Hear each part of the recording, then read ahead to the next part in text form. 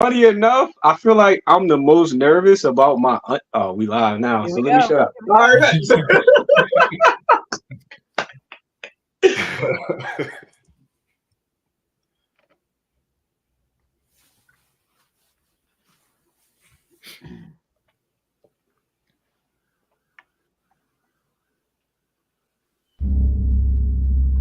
Society hates the power that lies within black bodies. Whiteys want to be the center of the world, but they know the black soul gives rhythm to the universe's heartbeat, and they powerless to stop it, so they won't stock in it. They cardiac arresting us for their profit, and these prophets propagate that we need them to be prosperous, preposterous.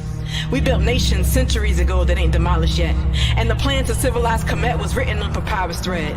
We were leading kingdoms in the world before Barack led, and now they try to kill young kings and queens in Flint Town with the water lead. But if we combined our souls, the results might shock us. We can see God and raise the dead when we align our chakras. Assalamu alaikum to the nation that popped X. Assalamu alaikum to teaching generations hatred. Brothers killing brothers been going on, it ain't stopped yet. Whitey's killing brothers been going on, it ain't stopped yet. The Willie Lynch letter might be a hoax, but the truth's there. Fear is the biggest killer, spreading love is the best bet. Shit, I'ma speak the truth, I ain't afraid to get popped next.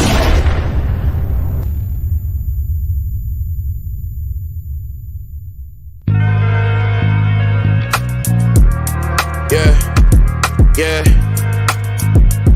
One time. Yeah. Yeah. Yeah. Shine. Yeah. Yo. Who do you think you are? Describe that plainly to me. Tell me all about your life and explain it to me. I help you understand everything I see. Tattoo your thoughts all on my skin until it's all I see. White girl named Paige, 5 more put me on. She was a bit outside the line, so instantly I was drawn. Revolutionary thoughts, I always dropped them on her. She was fly when she was bent, but sharp around the corners. Late at night, I would see her tell her plans of revolution. Sign, seal, deliver with the ply and execution. If I lost her, I would lose her, cause she knows too much. But she's easier to read, she would show too much. Completely naked out in public and I still love her. These days, most rappers be ashamed to touch her. Mama told me not to ever judge her by a cover. I brought her by the crib to chill, but she ain't stay for supper.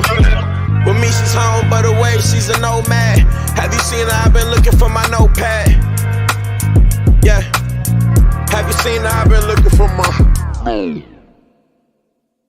In my heyday, my AK is found resolved. Disabled for the safety, but battle is time to mob. Got soldiers in the trenches, white people is going missing. Did I mention we giving early flights to visit God? Yep, platoons full of goons marching in. Step, my melanin charged by the sun. I'm the one, I am Neo, I will veto. It's finito, I'm Magneto, Malcolm X-Men. Not a yes-men, flexing. We set trend, make next spin. No fam, no next kin. I stand a blessing, I am what a man. A revolutionary.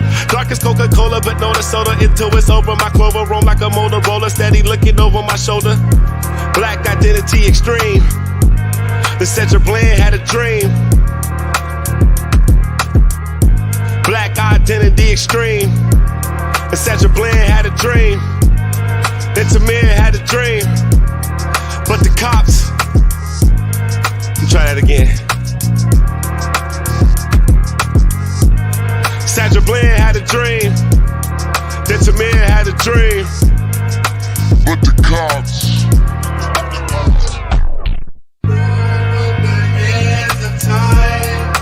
All of the pain that's inside of my mind. Is it so hard to find? It's a revolution. Revolution. It's a revolution.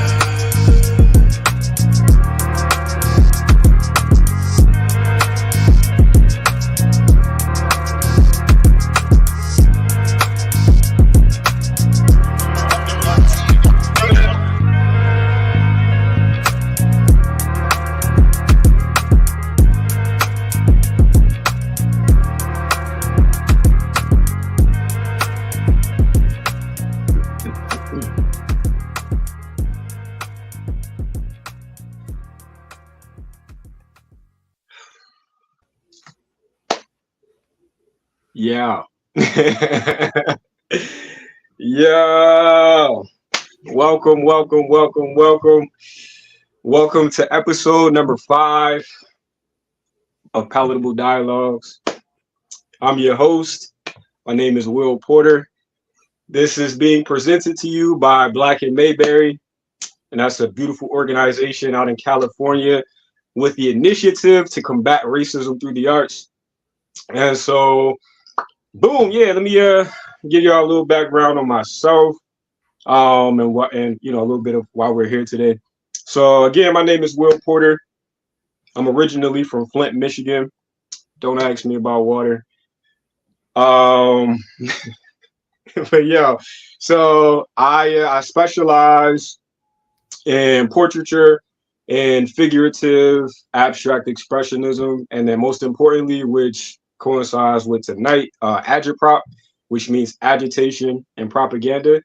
And so, it took me pretty far into my career to get to creating work that was in that vein of agitprop, which is typically like socially, politically charged work. And so I've been creating work within that vein for about, let's say, like 10 to 12 years. And I was initially introduced to that genre through an artist named Emory Douglas. And so Emory Douglas is the illustrator for the Black Panther newspaper. And so all of the F the police rhetoric or imagery with police rendered as pigs, he created imagery like that. And the purpose of the work is essentially to agitate a group of oppressive forces or systems while at the same time giving some inspiration to the oppressed or the disenfranchised. And so, yeah, just a little background on myself. Again, I've been creating since I was a toddler, though.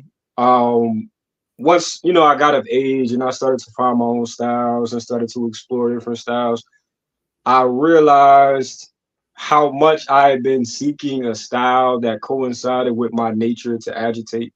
I'd always been called a smart aleck since I was a kid, having answers for stuff that I shouldn't necessarily have answers for. And so once I found that genre, agitprop, I'm like, yo, I need to really be putting work in here.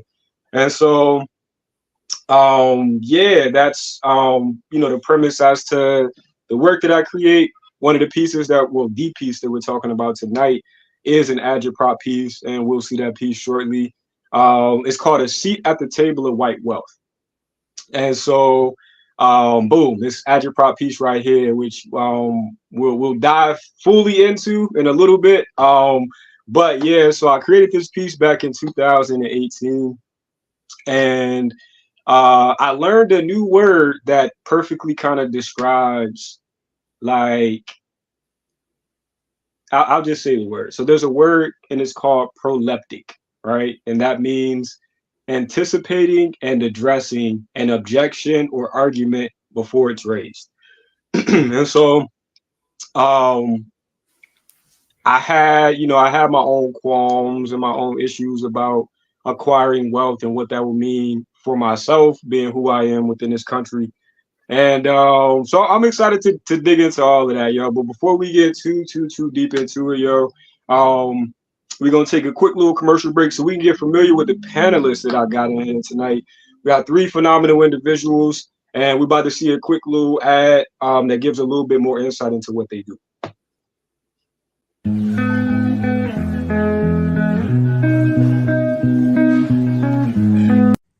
Hi, my name is Dallas Frank, and this is a piece from my social justice series titled Stopping the Spread of Jim Crow.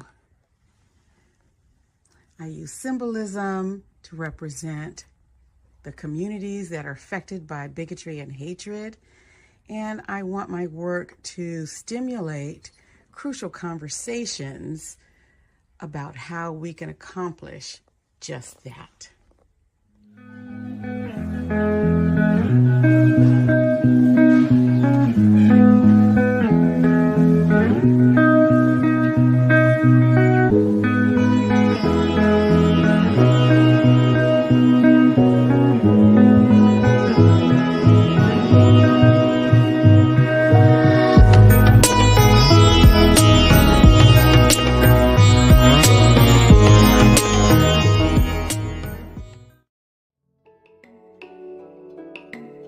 Introducing Timbuktu's Art Loan Program, where the extraordinary meets your establishment's elegance. Elevate your space with masterpieces from renowned artists, curated exclusively for your business.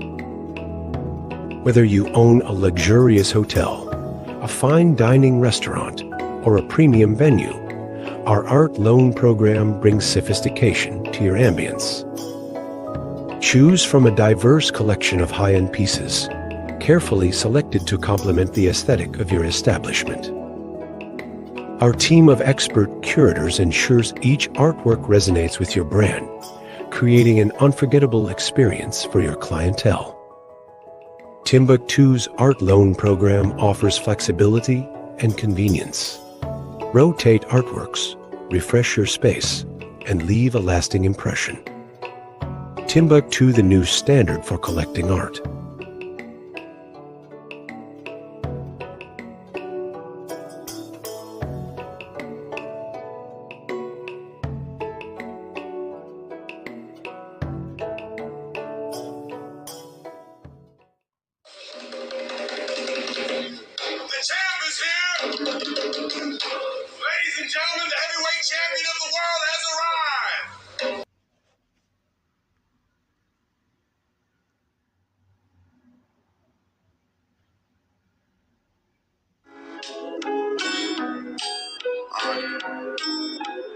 I'm a diamond in the rough.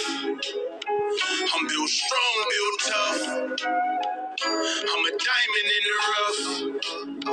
I'm built strong, I'm built tough. I'm a diamond in the rough. So I had to dig it up. I'm a diamond in the rough. I'm a diamond in the rough.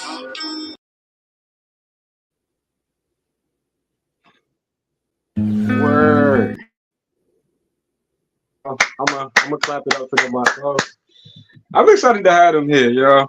So shout out to Miss Dallas, shout out to Marmaduke, and shout out to Sav B for joining me tonight. And yeah, without me butchering their bios and what they do and why they're here, I want to let you all speak and introduce yourselves.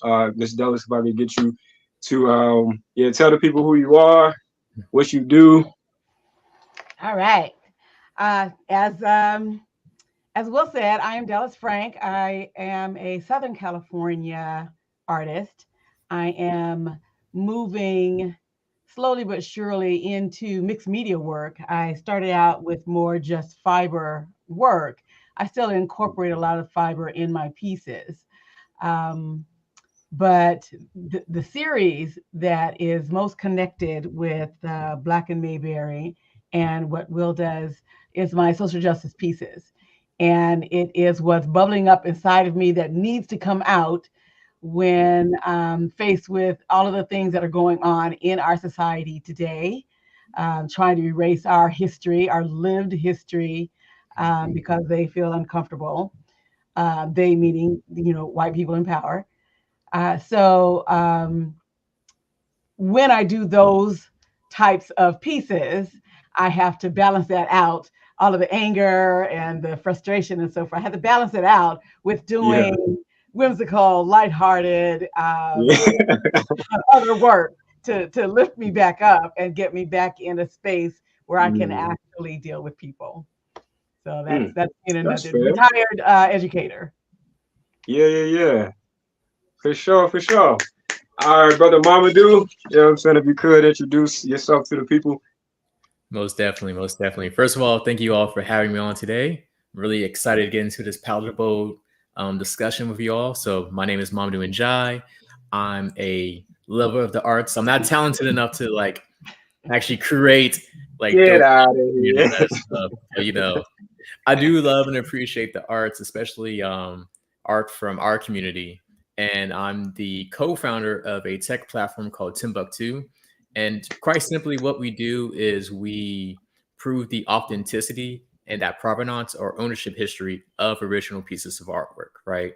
So we use technology to do this, like a combination of AI and blockchain, to create our digital certificate of authenticity technology, which we can talk about later. My connection with the modern day Will Porter here is, connected with him what, maybe months ago, like maybe 6 months ago. Yeah, it's really recent. Yeah, chopped it up a few times. Was actually able to feature some of his artwork at our Art Basel event last December. And Will is actually one of our Timbuktu ambassadors, right? Like the artist, one of the 6 talented artists who are like the face of our brand. So expect a lot more work when it comes to like us and Timbuktu and Will in the future. So yeah, excited to be here and add to the discussion. For sure. Thank you, thank you, thank you. And last but not least, Brother Sav, man, let the people know who you are, please. Thank you all for having me. Appreciate you, Will, for bringing me on. I'm an artist, a writer. I met Will some years ago. I've just known him for a while now. I think it was maybe an open mic or some show or something like that. Yep. And came across the art and just been I love art as is. I love art. I like, in the alternative universe, I'm like the Robin Hood of art. Like I steal all the art from the place and I bring them back to where they came from. Yeah. So, I'm a poet. I just been speaking about the black community, the Moorish people, again what we're due, and then establishing ourselves and being strong and just being somebody who's proud to be black here. And yeah, man, I'm grateful to be here. Yeah. Hey, for sure. I'm grateful to have y'all, man. Word. So, just to kind of like further open up the conversation and warm everybody up before we dive into art talk. I got some questions for y'all first, right? So, and hearing Miss Dallas speak, and even with the piece that was excuse me, in the ad, don't tell me, the spread of Jim Crow, or stopping the spread of Jim Crow is called. Yeah, stopping this um Jim Crow. Stopping the spread of Jim Crow. Is that a piece that you created this year? I what is this, 24? No, I finished it last year, or Okay. between the end of last year and this year, finishing up the Yeah. pieces. Yeah. All right, bet. So I was definitely intrigued in reading your bio, with seeing, the term that you've coined as far as the greening of fine art. All right. And this idea of upcycling and repurposing things. And I've I've I've experimented with seeing things outside and being like, yo, that would be really cool if I did this with it, did that. And I was curious about your process because I don't often get to talk to artists who upcycle. And so a curiosity came to mind, yo. So it may have been because I was like cooking at the time that I was drafting these questions, right? And I was super curious because I'm like, all right, as people in the diaspora, we don't play as far as when it comes to food, the process of cleaning it, Right. you know what I'm saying, preparing it so that it can be suitable for everybody who eats it, right? And so my question, it comes out of a curiosity based on that, where I'm wanting to parallel um, preparing found objects. And I'm curious to know what process, if any, do you have once you have found something to then bringing it to your space and preparing it, if you will, like preparing it to be a part of, I'd assume probably some brand new materials, right? Or something that isn't found. So yeah, if you could just kind of speak about your process or ritual, even to like bringing something into your space and then preparing it to be a part of a piece of art. Absolutely. It's funny that you mentioned you were thinking about this while you were cooking, because I relate the way I approach my art to the way that I do a lot of cooking. Vibrational cooking is, Mhm. feeling what's going to taste good together. And you know how we get in the kitchen and we just Mm. start, throwing things together because Yeah. we know what the tastes are, and we're going to say, hey, this might taste good with this.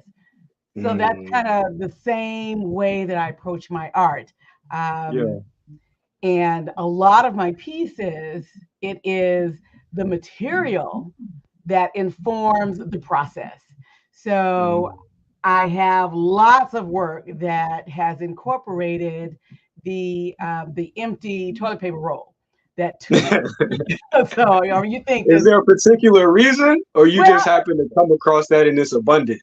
okay, so abundance. I noticing, we throwing a lot of these things away. So Right, I'm right. like, I don't want to fill the landfill with stuff, even though that will decompose, it's still taking up space, right? So I move from that to other things as well. A lot of the plastics that are around that aren't going to decompose, like a piece of cardboard would. So these kinds of things, I'm walking along and I find an interesting of whatever that has been tossed aside.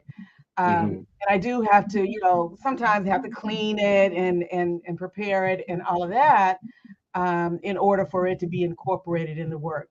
And I do have to sit with the material for a while for it to speak to me to say, hey, I need you to speak to me in this way. One example would be I take daily walks, trying to get my exercise in. And I started seeing a lot of the very flexible palm fronds, the skins of the palm trees. We have a lot of them. I'm in California. Have a lot of them on the walk. So I started collecting those. They're very malleable. It's like fabric. So it incorporated in my work very well. So what I did was I had this thought in my mind for quite some time, honoring our wonderful women of G-Spin and the quilters and so forth. I started thinking what it would be like to do quilting with non-traditional materials. So I'm preparing these different, pieces of plant life that I have found along my walk, and it took a while. I didn't really finish that project for years because of collecting the things, preparing, and then assembling it. So the process can take some time. Yeah. So that's basically it, and that's where the greening of fine art comes from. Yeah. Being environmentally conscious of the things. Yeah. I love this idea that, because all right, so as I'm following what you're saying, and I immediately, at least I envision like two polar opposites, like in finding a found object, but then making something so personable out of it, like a quilt. You know what I'm saying? Like those two ideas are so opposite end of the spectrum in my head, but I enjoy it for that reason. You know what I'm saying? Where you're finding things that are outside, right? And I'm sure you living in a place like Cali with inner cities, like similar to a place like New York, where I've never been to Cali as of yet, but I could imagine that you all have like a homeless population as well. Oh, we're And gonna have to get you out here. oh, for sure, no, this year is happening. Yes, our You feel homeless me? It's only population, right. our unhoused population is Yeah. really an issue. And we actually have organizations that are working on that, and they're incorporating the arts and especially visual Yeah. arts into how do we use this to help this situation. So a Nah, lot of that is going as it on out should. here. As it should, yeah. Um, I got a second question for you, but I'm gonna wait. I'm gonna come back to it. All right. I'm gonna come back to it. All right, so let's see. I want to do Mamadou and Sav next. So Sav, I'm gonna ask you this, bro. So you said that you're a poet. You're an MC. From what I see as well, are you a boxer as well? Yeah, I used to box a little while ago. Yeah. Okay. All right, back. So in relation to you asserting yourself as a public thinker, you know what I'm saying? When I saw that, I have my own interpretation of what I assume that means. But I want to ask before I ask my next question. But I was under the assumption that, in you asserting yourself a public a public thinker is that you either seek spaces or you create spaces where you can share your ideas with the community. Am I along Yeah, that line? yeah. So, uh, more or less I create the space. For me, find the best as possible. Mostly through my art, through writing. I'm Yeah, working more on like just publishing my thoughts and yeah, things like that. Because it's a form of art, for sure. more or less because uh, it's how I think. Everybody's mind works differently, but just listening to other people, regular thoughts that I had, Hmm. people sometimes say that you know that they find them profound, or like they might think they're just cool. And I've been told that like sometimes my simple thoughts, some things that I just think are simple, or really thought provoking. So Yeah. because of that, and I I want to be of service to people, to just humans in general first, so rather than that, I say I create the space and just share my thoughts, because we all might have like, whatever thoughts we might have, intrusive or not. Right. But the way I think is like I want to be good to the earth itself and be good Right. to people, and I'm always striving to do those things. And I think a lot of times in pop culture and people who are not being conscious with their actions, what's being promoted as art. I don't think enough Hmm. people want to do good for people when it comes to accumulating wealth as an artist. It's like a real thing for me. Like I say, I want to be more like of a Captain Planet, not necessarily Hey, just say that.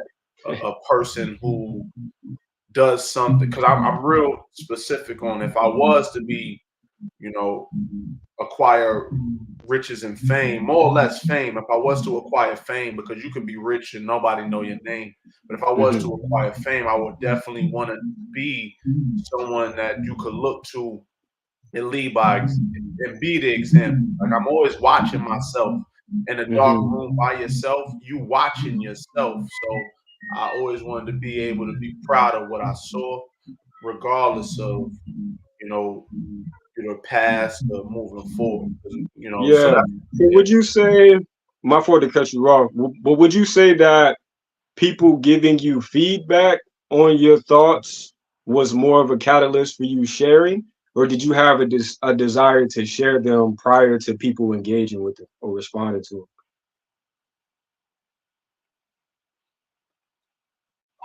It was more like when I started writing, I didn't know I was like gonna be into it. My guidance it? counselor just didn't want me to not have so many open periods because I was just in the Yeah. hallways. Shout So out to your guidance counselor, bro. yeah, so she put me in creative writing back in high school, and then I was like, I just wrote something on a free write, and then kind of it just Yeah, snowballed from there. Everybody was like, "Wow, that was cool," and not that yeah, I'm working away from needing outside validation, but when you write yeah. something or you create something that you just needed to get out of you, and then somebody tell you thank you, and like Mm, not in a perfectly fine way to mm, be selfish, like yo, I didn't write that yeah, for you, but you said right. you said you needed that, so I'm like, okay, maybe I should channel that and be a blessing to somebody else as much as I can. Hey, that's powerful, brother. Hey, thank you, man. All right, back. All right, so and I want to ask too. Wait, before I ask you a question, Mama do. Um, for anybody who's like a guest in here, are y'all able to comment into the chat? Because I see only like myself and the panelists in the chat. So I'm wondering if like guests who are in, if they're able to comment. But comment something if so. Oh, actually, no, I do see the comments. I didn't know it was separate from the chat. Okay, that's lit. Oh wow, it's actually a lot of mad comments. Hey, what up, y'all? I'm gonna come here and talk to y'all in a little bit, but I didn't realize there was so many in there. All right, so last but not least, Mr. Mamadou. So, man, so the question that I have for you, yo, is like given the historical context of Timbuktu, which I believe is in West Africa, correct me if I'm wrong, in like Mali or something. Correct. Like given historically them being like a central hub for intellect, and like the like a big push in like the spread of Islam in like the 15th and 16th century. What was your thinking behind using that name? And granted, you've changed the spelling a bit, you know what I'm saying, which I think is really clever. But what was your thinking behind using Timbuktu as your branding and your namesake? Yeah, great question. Great question. So I can't take all the credit. It's due in part to a conversation with my co-founder Derek. And for us, we were really interested in like creating a business that can like really ensure that we as creators within the diaspora can like own our IP and monetize from our IP in a manner in which hasn't been able to happen at scale for many years, right? Like we know oftentimes like a lot of our best and brightest ideas get stolen or monetized outside of the community. And so as we were thinking about like the tech solution, we was like, yo, we need a platform, we need some kind of centralized hub, right? And as we was thinking about these names, Timbuktu came up because to your earlier point, at one point, like Timbuktu within like West Africa was the centralized hub for culture, community, commerce. Those are the principles we're using for our brand. And so for us, also in addition, like half my family's from like Mali originally on my mom's side. And so there's like that familial connection there, in addition to like what Timbuktu represented in the past and what we want our platform to represent in today's times within like the digital landscape. Hey man, thank you. Thank you for sharing, bro. And I'm so glad that I drafted way more than one question, because even as I'm listening to y'all talk, I got more questions than, you know what I'm saying, like even I wrote down. But before we get into that, man, let's run another ad for y'all. Allow, you know what I'm saying, myself to actually come in and read these comments. But we'll be right back with y'all in a couple minutes, yo.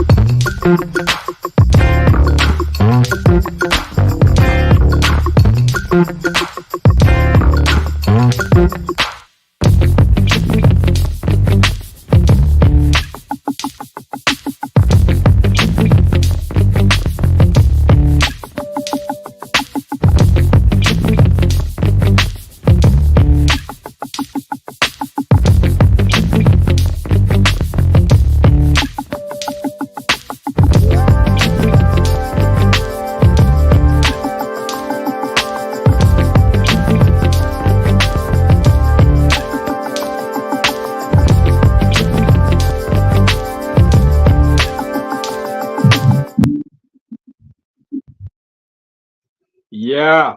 All right, back. So yeah, that was a clip from one of Black and Mayberry's events, Art Against Racism.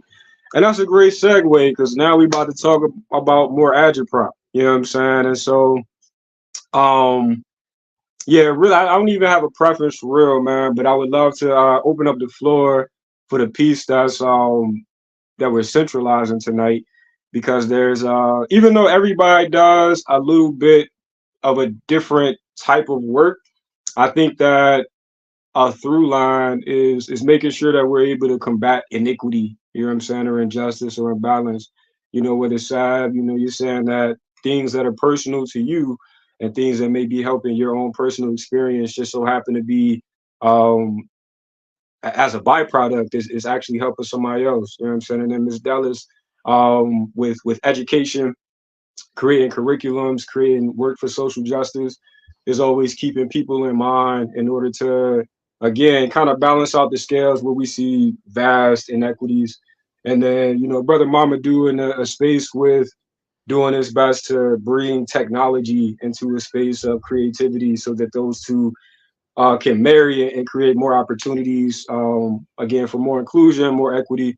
And so, yeah, I wanted to allow us to get to know the panelists a little bit better, you know, before we jumped into the art.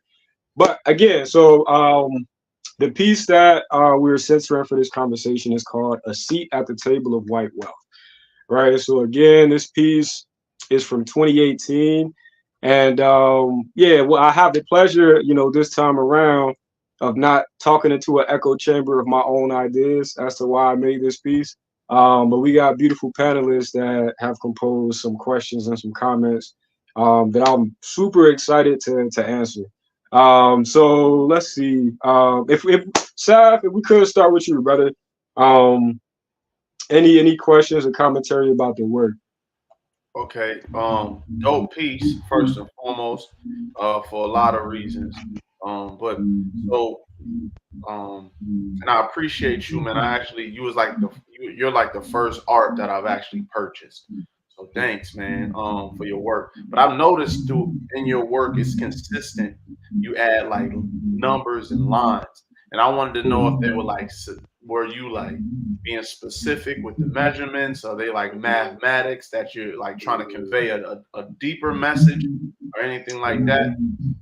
Yeah. Hey, brilliant question, yo. All right, back. So yeah, put the painting up because it's about to get ill. All right, so yes to your question.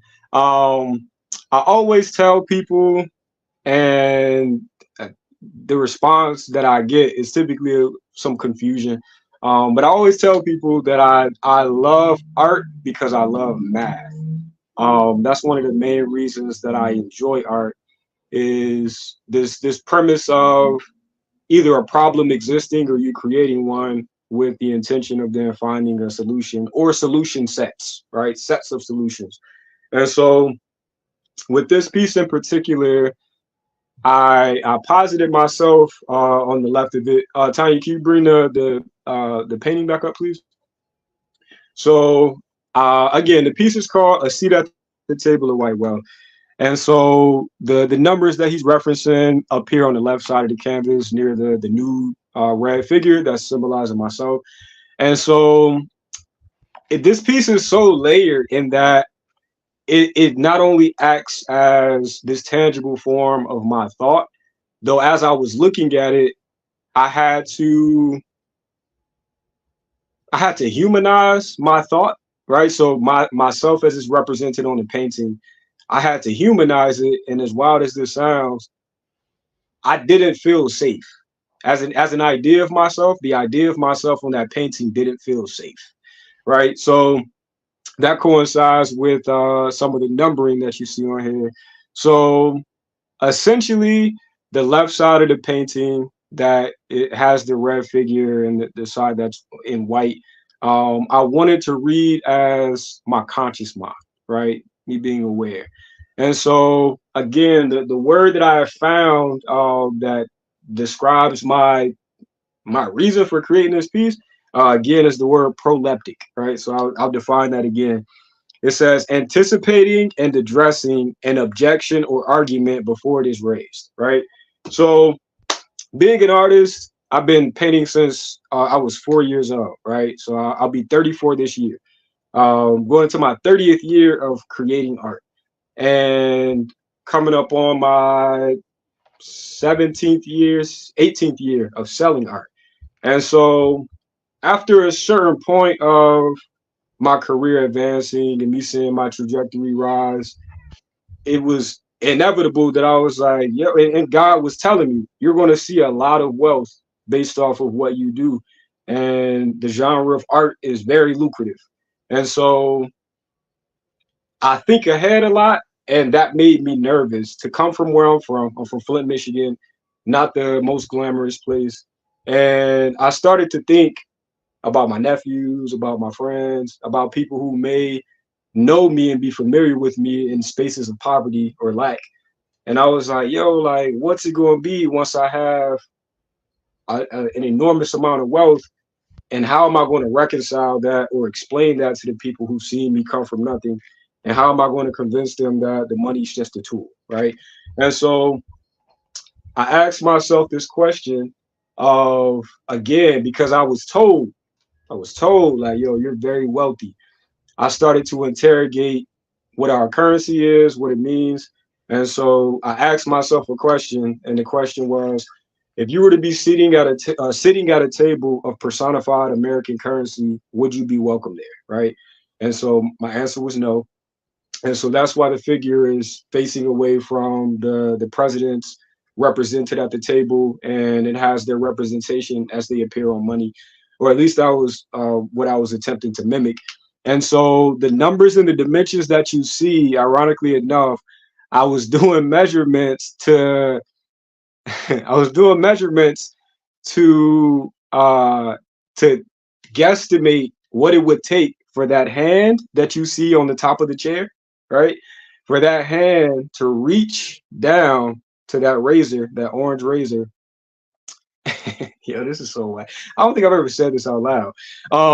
But again, because I put an image of myself in this piece around people that I imagine I wouldn't be safe around, I physically didn't feel safe, right? This piece is it's 4 foot tall, 6 foot wide. So it's a really large piece.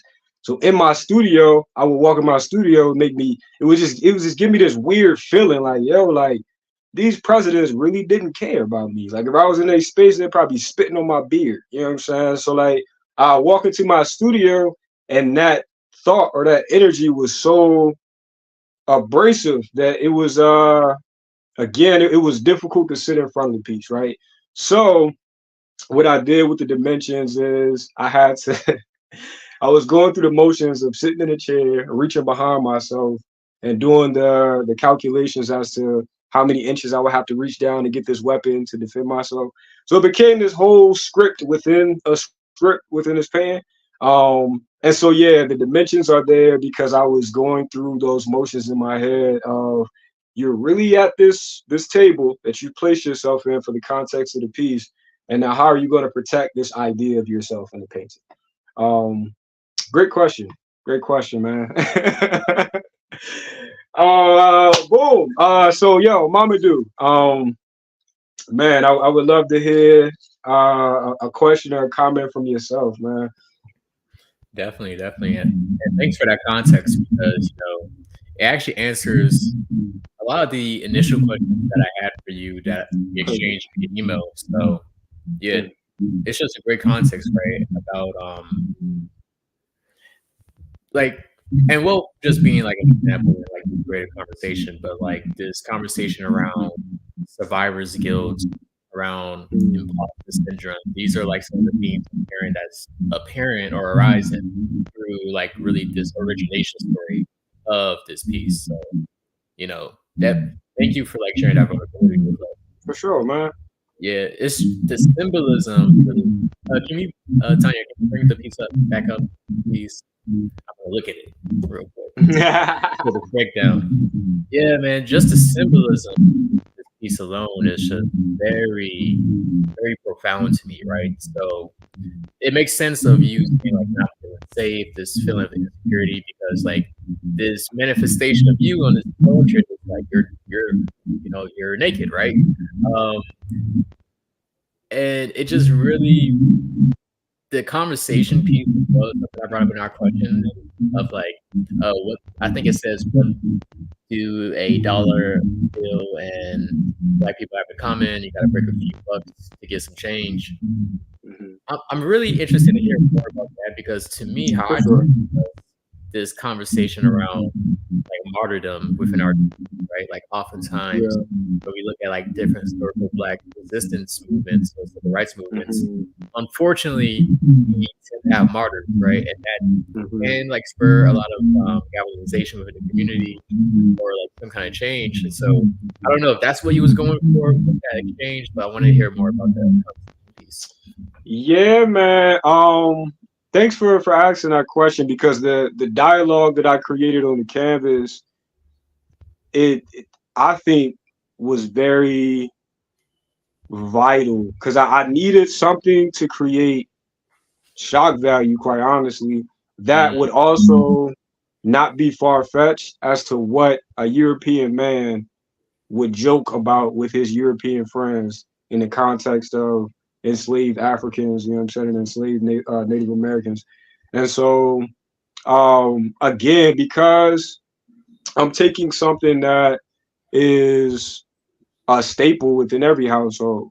Every household, I see your question too, bad, so I'm gonna answer that. Every household in America, from infant or not, you know what I'm saying, from infant to elder, is tethered to money.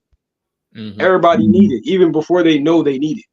And so, because it's so popularized, it's so glamorized, I wanted to poke a hole in the big air of it, you know what I'm saying? Because I think, again, with how popularized money is in music, you know what I'm saying, in movies, I thought that I would be swimming upstream, attempting to get people to abdicate or to knock money off of this high horse of this pedestal. So this crude joke came to, I can't even, it was a download. It wasn't even, I can't tell you where it came from, but this joke came to my mind and it literally made me laugh. I said, yo, that's so messed up. But again, it was like, that makes sense with what I assume about these men given their actions, right? Or what I know about some of their actions. And so the joke is, what does a nigger and a dollar bill have in common? That's what one president is asking to the other. And the response is, you got to break the buck to get any real change out of them. And so, again, I wanted even that commentary to tie into what's happening on the table with each of these men, minus Abraham Lincoln, which is still a little ambiguous because I read that he did have a slave. But all these other men at the table definitely had many slaves, or many persons in their, sounds weird to say, enslaved persons.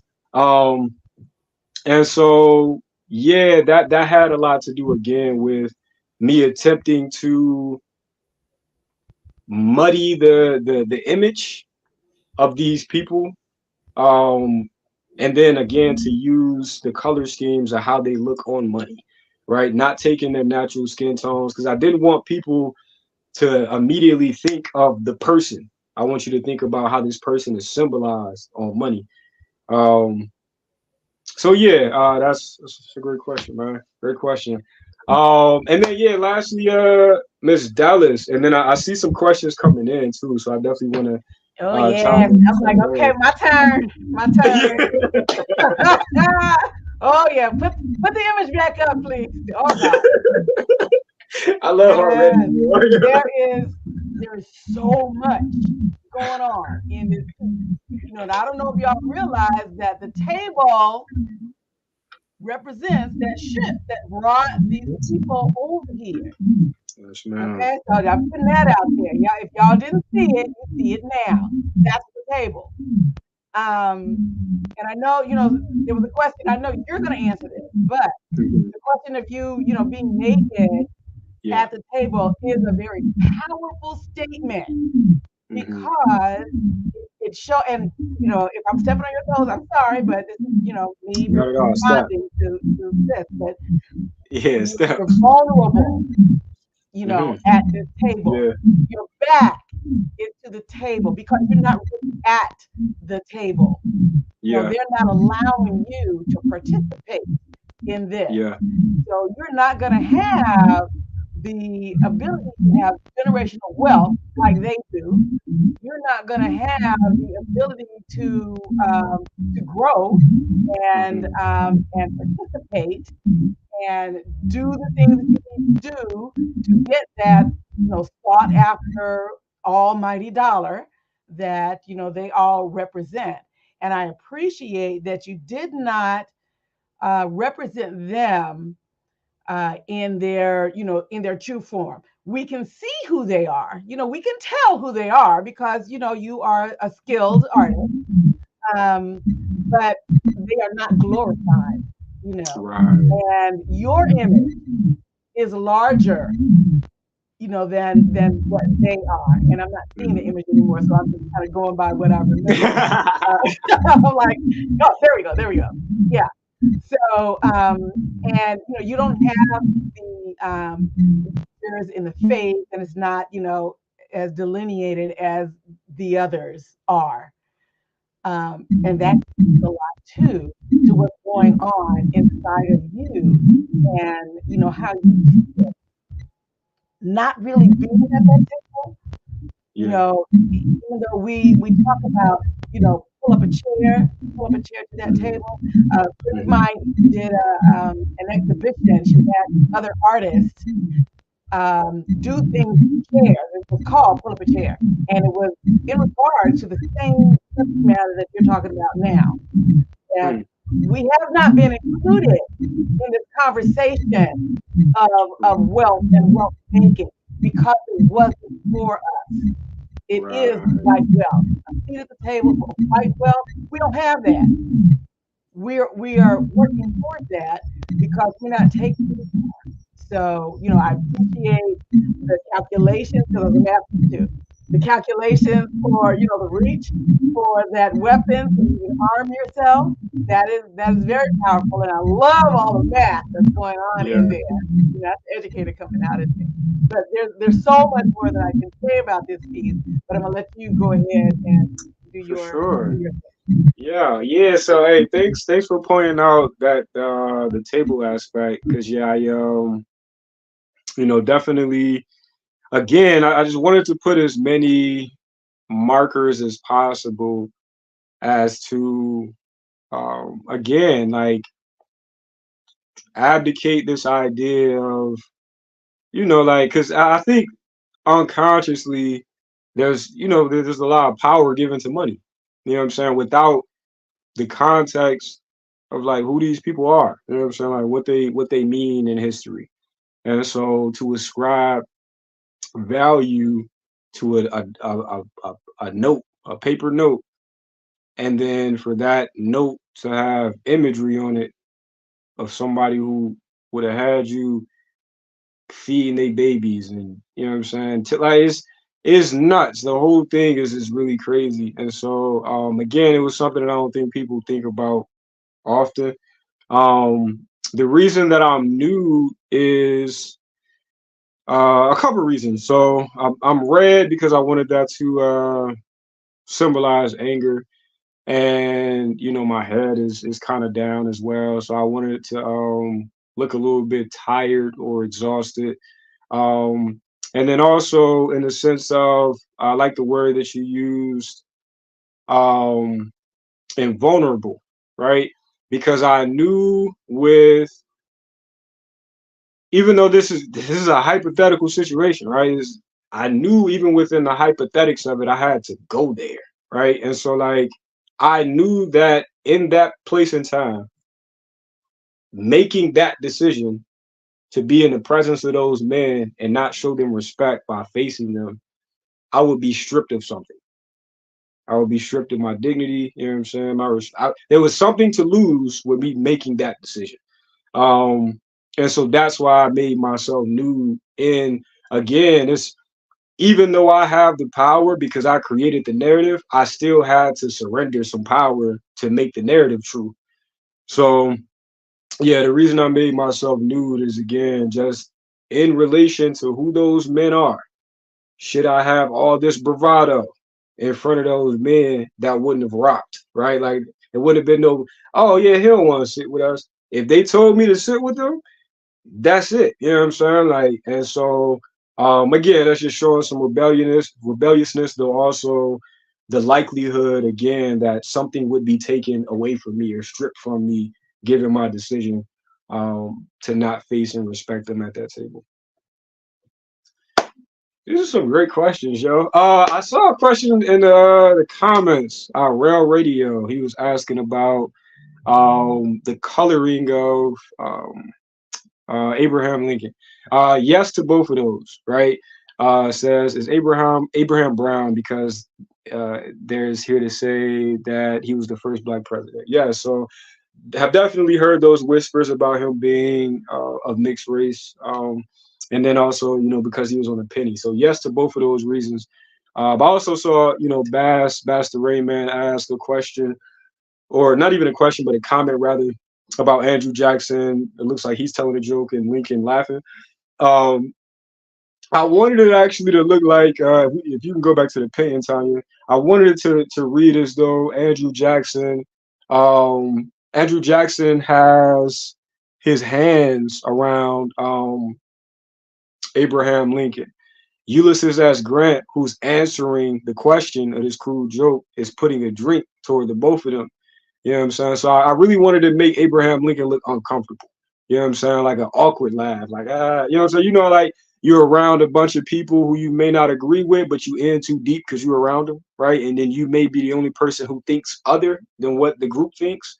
And so I wanted to show a bit of that awkwardness of, again, contextually who he was in history versus the others, right? And not to say that they were vastly different, but certainly because I can't let him off the hook either, right?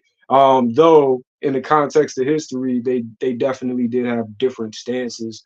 So I wanted him to look a bit awkward at the table, in response to the joking and the crude joke that's happening. It's kind of like I'm a laugh or go along to get along. Word. So yeah, great questions, yo. Y'all noticing some great stuff, yo. Yo, so I got a question for Mamadou, right? So in relation to wealth, because I had this question earlier, but I didn't want to mess up time, right? So I'm curious. Oh wait, am I frozen? No, you're good. Oh, okay. All right, I'm back. My screen, it was frozen on my screen. But what I wanted to ask you, brother, well, two things first. Like, were you born in America or were you born on a continent? Yeah, I was born here. No, I was born and raised in Maryland. I don't want to do this with you, bro. Yo, all right. So my question has to do with conveying or like transporting wealth, and I don't even necessarily mean exclusively to monetary wealth, right? But within Timbuktu, or even just your own personal experiences, I'm curious as to what hurdles that you or your team has faced in transporting either a wealth of principles, wealth of knowledge, right, from Eastern practices over in Africa to a Western culture over here. You know what I'm saying? Like, has there been hurdles in attempting to bring what may be more innate based on your family background and just how y'all relate as a family? Like, have there been hurdles in translating that wealth to here? Yeah, that's a great question. I would say, as of right now, all right, so going back to like the premise, right? So we're authenticating artwork, we're showing that provenance of the artwork, and we're allowing for the artists or the original creators, like a will here, the royalties when they resell, right? And we're doing this with our technology, our digital certificates. I would say in our journey thus far, The obstacles haven't necessarily been in terms of us distilling or transferring the wealth of like principles such as you know, protection of IP of Black creatives or the community aspects, right? Because that's one thing that we're looking to build within our platform is having that immersive experiences for communities. I would say like really the hurdles. All right, the reason why it hasn't been an obstacle from that standpoint is because kind of organically speaking, we've been working with like a lot of black owned spaces, right? So from like artists to Black owned galleries and gallerists and different types of organizations where the culture is thriving, right? And you know, we didn't intentionally try to go about it that way, but it just happens organically, right? Because typically speaking, when you're building, especially something that's like for your community, you're going to be in your community and like work with those individuals. I would say like obstacles right now aren't necessarily from a value standpoint, because even like outside of our community, when we speak about the values of Timbuktu, it does resonate with those who are familiar with the arts and they want to see artists really get more compensation or like true equity for their work. The obstacles are just like more so like general, how do you build a tech business, especially in a economy that's a little harder for tech companies to grow in right now, right? And that's a whole different conversation, but I hope that answers your question. No, I can only imagine that there is, of course, differences, you know what I'm saying, between, you know, what's happening here and yeah, and it's just different, bro. It's just different, man. Like even what y'all are doing, you know what I'm saying? Even what you and your partner are doing, man, like there aren't I won't be as bold or you know, I won't say that people aren't doing that here. They may be. They are, right? Though I think there's I think just again I like to go to principles, man, because the West is, you know, like we're a fart, bro. Like we're, you know what I'm saying? Like we're just we do really messed up things, but we've believed the things that we've done for so long. And I have to say we because I'm not fully unconditioned, right? So I still carry some things that, you know, aren't as pure as I would like them. But yeah, I could only imagine again that there's difference in, you know, attempting to translate some pure things with pure intentions in a space that doesn't necessarily cater to, you know, purity. But nah, thank you for your response, man. You have something else? Yeah, I would say also, like as we talk about like Western philosophy versus Eastern philosophies and like the manner in which we go about doing things, one thing I definitely appreciate about just the overall art community is, you know, oftentimes like if you're into the arts, you're probably more of a forward-thinking, progressive type of individual, and like a lot of those people resonate with a lot of the principles that come from like Eastern philosophy that may be focused more so on like community or like ensuring that equity, especially in this conversation of wealth, is more so dispersed. It's not concentrated in the hands of the few, but is dispersed in a communal type aspect, right? And so I think that's probably one of the reasons why we haven't had too much pushback from a principle standpoint, because of just the type of community that we're all about. That makes sense. That makes sense. All right. Dallas, real quick, I want to double back to a question I have for you, yo. Then I got one for you, Saf. But yeah, so Miss Dallas, what space would you ideally want your work to live in? Especially, you know, just given your work with education, given your work with social justice, where either have you already experienced your work being best received or best presented in order for it to do just that, in order for it to educate? Oh, that's a great question. There were two instances where I was able to show in one the whole collection that I had at that point, because it has grown since, and the other multiple pieces, just not the whole series. Um, it was so powerful because it was the impetus for starting those critical conversations. You know, I have a piece that is a big old 5/5. It's a sculpture, and people are like, "What does that mean?" I didn't be talking about So I'm like, "Ah, I'm glad you asked that question." Yeah. So you know that it started the conversation, and it talked to it, and it educated them about what it represented. You know, it was a response to prevent compromise. The math teacher coming out of the course. And for those of you that you know have forgotten, because this was like a middle school subject, is where the black person was only counted as 3/5 representation in Congress, because the North was worried that the South was going to have too much representation and they were going to control everything. So the compromise was, well, they're not really human, so we'll count them as 3/5 of a person. So I have two pieces that have a big 5/5, and it's like, no, we are whole. We have always been whole, and we will always be whole.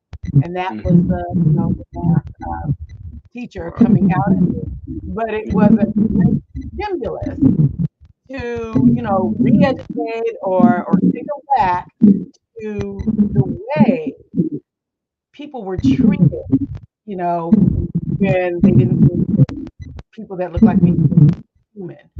So where I would want my pieces to live would be in any venue where those kinds of critical conversations can take place, and there can be, debate and discovery and realization about our history.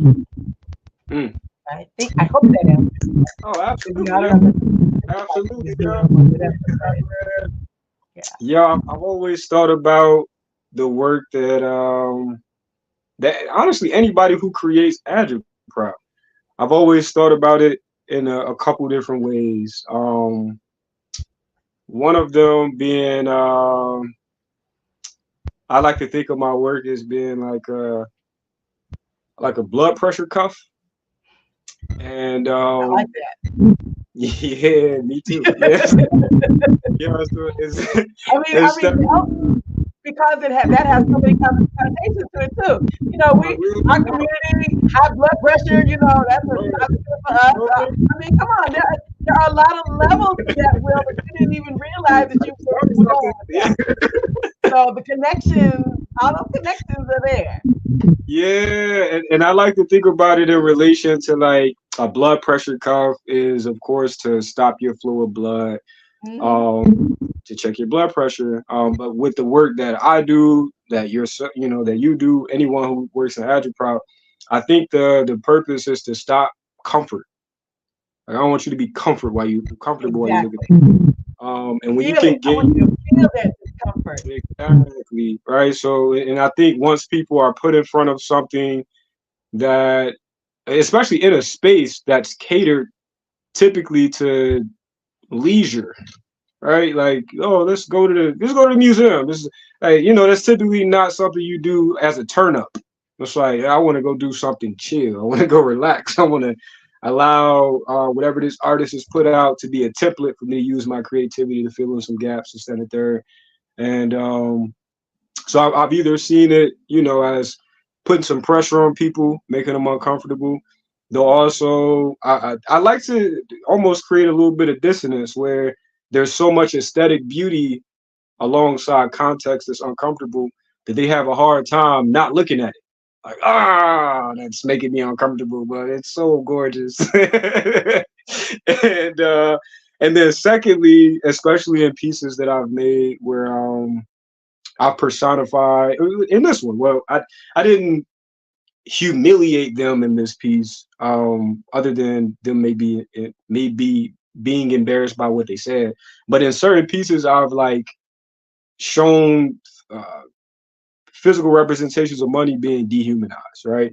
And the purpose of that for myself, definitely coincided with my name being Willie, and just the culture of how lynches were, like, there were parties, there was an event.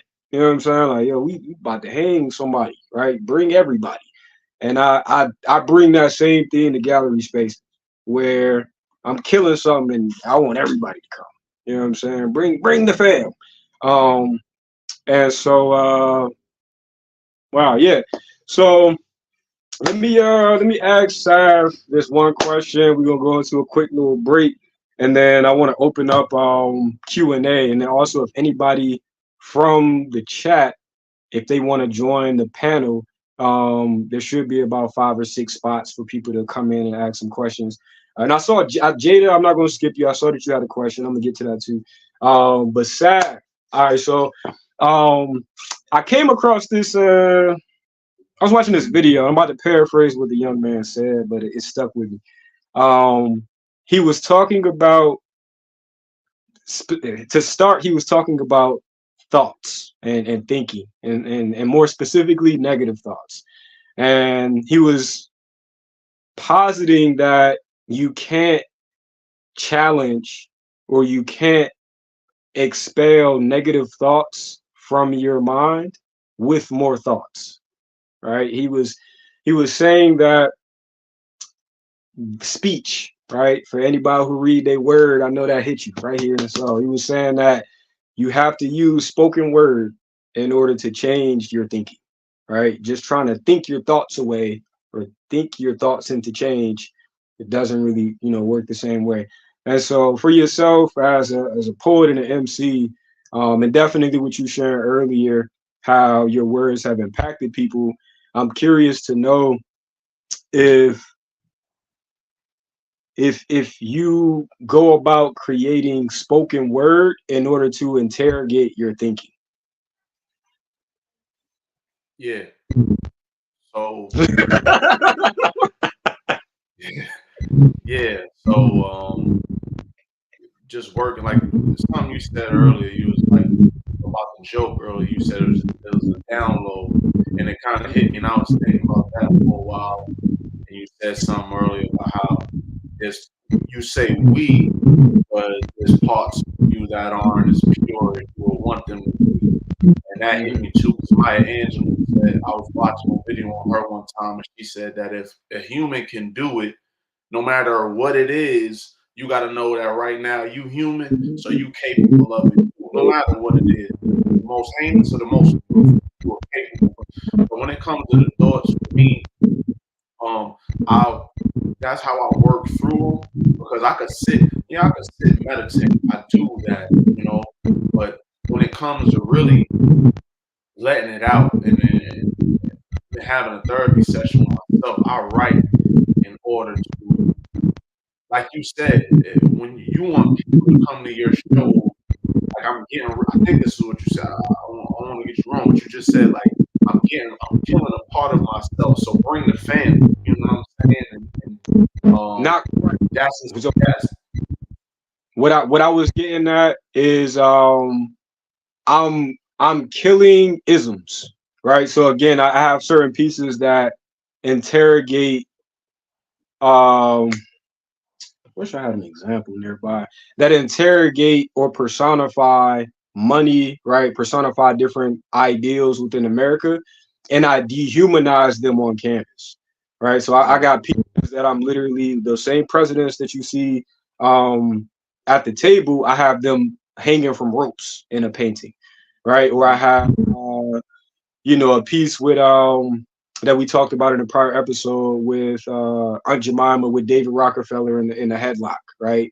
And so again, it's putting these ideas in front of people where I'm shifting a narrative from what's been accepted as social order, and I'm shifting power dynamics, right? Where I'm dehumanizing these ideas, and I'm inviting people to come see it in the same way that our bodies used to be viewed. But granted, there's a part of me that has to die with the piece, but it's not as much as me displaying the death of me as it is. Nah, look at Philly. You know what I'm saying? Look at how I've embarrassed these things that we've held in such high regard. Mm-hmm. Yeah, and well, thank you for that. What I believe for me is I'm examining my thoughts, writing it on paper, sharing them. Because I also feel with like when it comes to artificial intelligence and the technologies that are pushing us forward, it would be so cool. Just in my perspective, it would be cool to be in charge of your download, your consciousness being placed onto the wide web. We might not want our diary, our journals online, but it would be cool that if in the future, to be remembered, to be someone, be a be of a mind that could help future generations to say, hey, this is what I was going through, and hopefully this can help you. You know what I'm saying? To be of service to people, and that's what to be of service to people that really just be helping me. Yeah. So yeah, that's what I use my thoughts for, and then it's fun too, because then I just feel a lot lighter, like a good sweat. That's a good way to put it, man. Like a good sweat. That's a good way to put it, bro. All right, back, let's run an ad real quick, and then I wanna hop into the comments and answer some more of those questions and see if anybody got questions for myself or the panelists. This is awesome.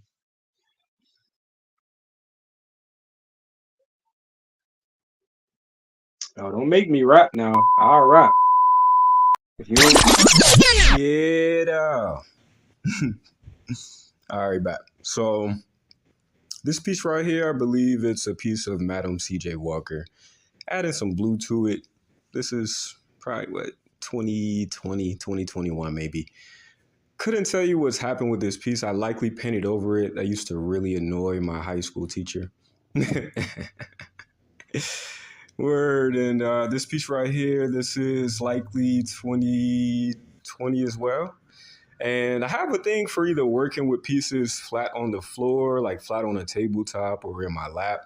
And I realized over time that I think that has a lot to do with me metaphorically, can I put it, looking down, quote unquote, at my art until I think that it's worthy enough to stand up or be on a wall, rather. Isn't that something? So yeah, I'm adding some crayon here, which I rarely use crayon. So I'm actually kind of,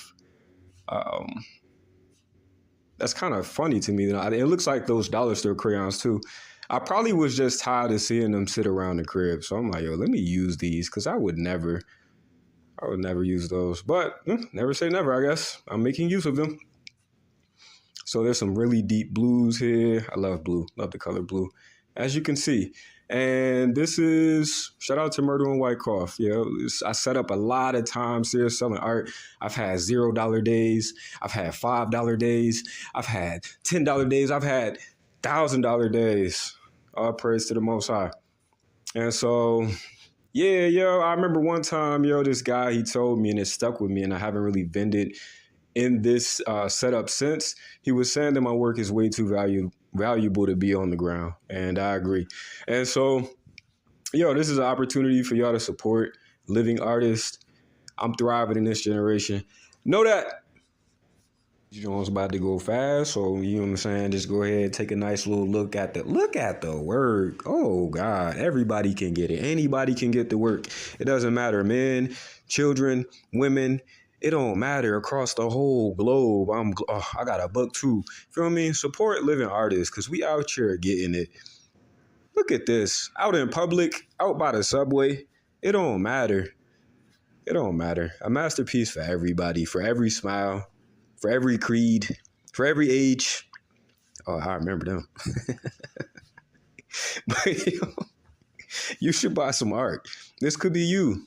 Your living room could look a whole lot better.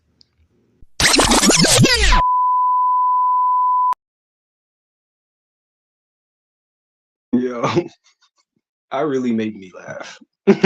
So, oh man, but yeah, yo, y'all should definitely buy some art. Yeah, shout out to everybody who's bought art from me, man. Oh, where I see a question coming in too. Shout out to Hash. Yo, all right, so this is a quick little because I'm kind of shocking myself with how well we organize this.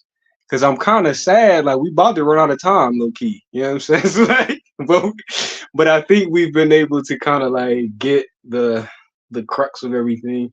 Um, but yeah, at this time, yo, if There's a question in there from Hashimuro. yeah, I peep. He wanted to ask all of us too. Yeah, Tanya, could you put that back on the screen? Where so my homie Hash Miru, I call him Hash Black. I've known this man since like sixth grade. Yo, it's so crazy, yo. So, what up, Hash? It says for each of you, what does a seat at the table of black wealth look like? Hey, no cap, I'll go first. It looked like this. You know what I'm saying? It looks like I know that's vague, but what I mean is people who don't necessarily all do the same thing, but they bring value. So it looks like diversified value. It looks like integrity. Um, yeah, it looks like honesty, and I'm a risk taker. So I would love to have some people at my table who take calculated risk. Yeah, so that's my answer. Great Okay, question, I'll bro. go.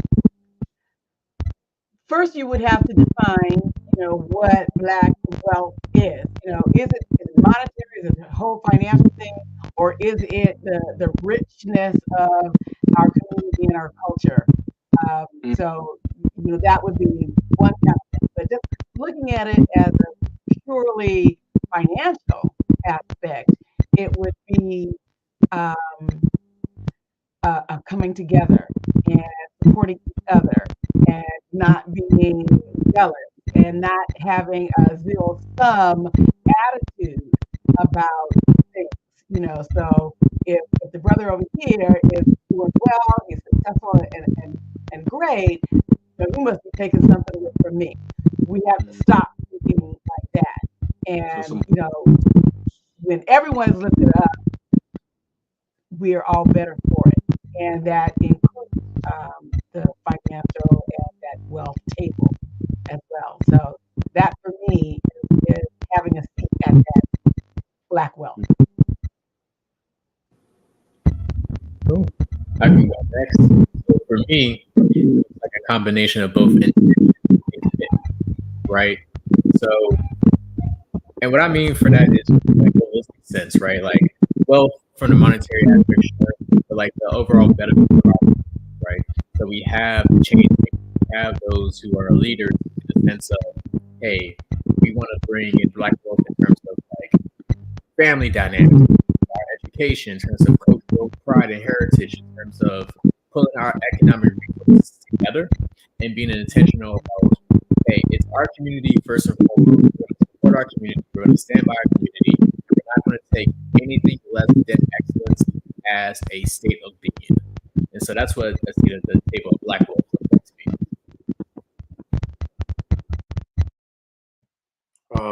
For me, I see at the table of black wealth is freedom to expand,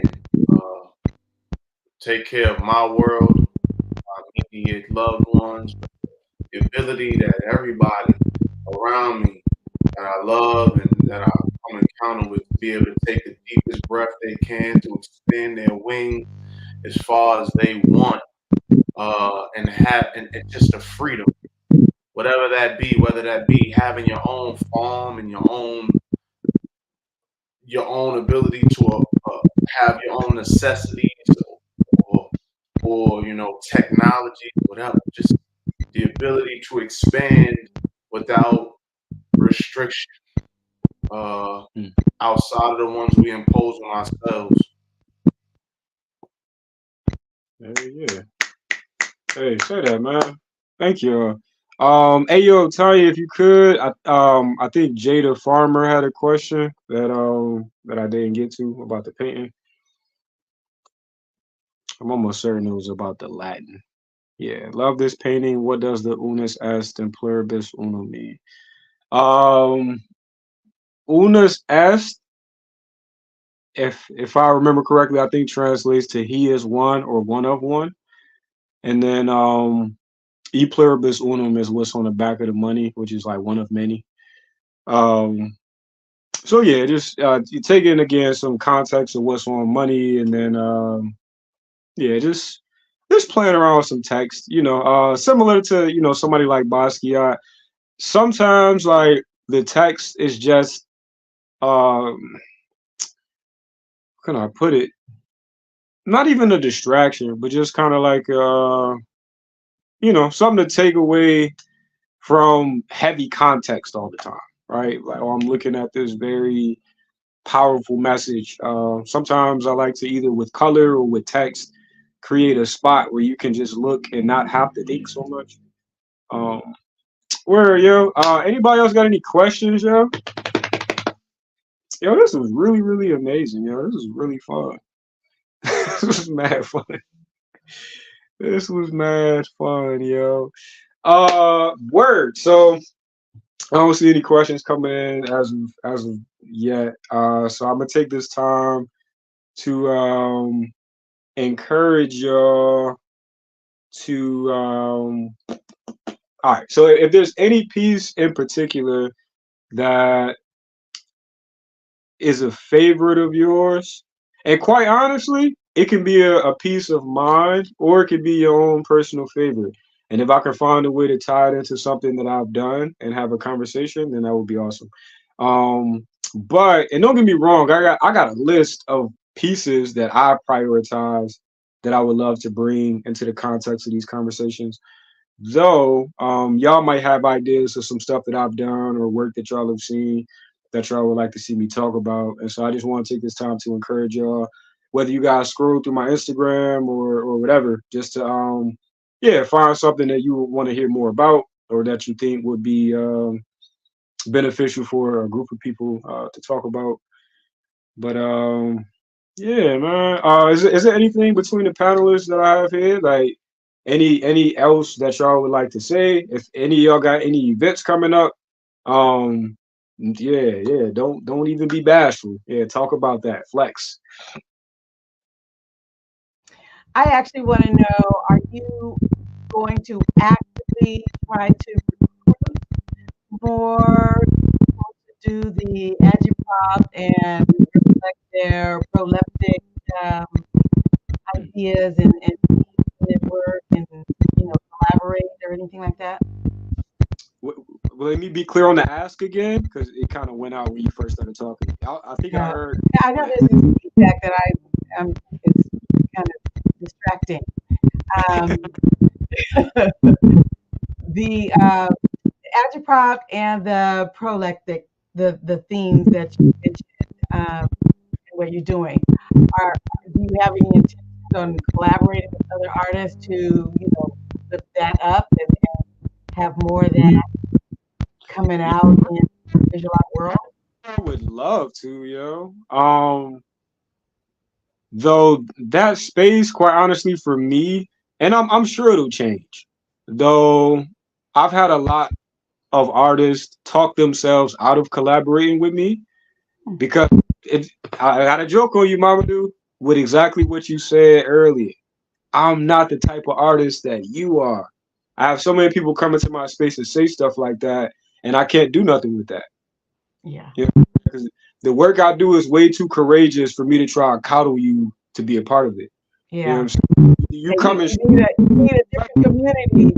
Yeah, and granted, I'll be open at times. Though, yeah, again, and I'm sure I'm getting to a space where that will happen more consistently. But I'm definitely open to that. Definitely open to that. Where anybody else, Mama Dude, man. Anything that what I'm saying specifically you got coming up with Timbuktu? Oh yeah, we got a whole bunch of stuff. So Okay, so May the 9th, we're in Philadelphia. We're going to have an event for Philly Tech Week where we're showing the integration of both art and tech and showing how Timbuktu is the new standard for art collecting. At the end of the year, we're having our second Art Basel event in collaboration with a gallerist by the name of Landon Prather. And the theme, the name of the program, which we aim to be annual, will be called Sankofa Vision, right? And really creating a space where we can really highlight the artistry of contemporary Black artists during Art Basel. So, yeah, definitely follow us at all social media platforms and stay tuned because we got a whole bunch of stuff that's popping up. Even dropping a book pretty soon. Hey, say that. Hey, shameless plug. Hey. Yeah, go get that. It's a bestseller. Argue with your mama. Sad man. Anything coming up, bro? I'm just for me, I'm continuously working on some music, some voiceover work. Working with I just did a voiceover about Bob Marley. It's on YouTube, Real Go Getters, REL. You know what I'm saying? REEL Go Getters. Working on my own personal music and writing more. Nothing necessarily coming up where I got a date on it, but just continuously working, and I'm active on YouTube pretty consistently with just daily vlogging and sharing and hopefully more amazing things like that. I would love to learn more about what Mama do and Miss Dallas work do, and definitely any way I can help you, Will, let me know. Oh, for sure. We'll be in touch with all y'all. Yeah, we Follow locked me on in. Instagram too. I do have some shows coming up, so in April. Yeah. Hey, congrats. Thanks. For sure. Whoop, whoop. What's up, yo? Hey, Tanya, if we got another ad, you know what I'm saying? This would be a lit time just to get that out the way. Again, if anybody else got any more questions, chime in. But otherwise, we'll let this ad rock. And yeah, after that, man, y'all can go on about y'all day. Thank y'all so much for being here. Again, my name is Will Porter. I'm an agitprop artist from Flint, Michigan. And this has been presented to you by Black in Mayberry, a nonprofit 501c3 organization based out in Cali with the goal of combating racism through the arts, yo. Y'all have been amazing. Thank y'all. Bye. Peace.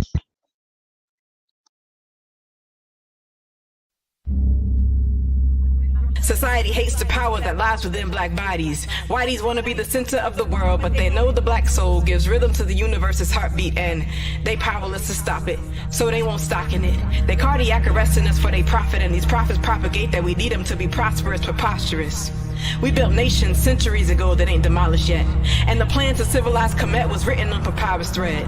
We were leading kingdoms in the world before Barack led, and now they try to kill young kings and queens in Flint Town with the water lead. But if we combined our souls, the results might shock us.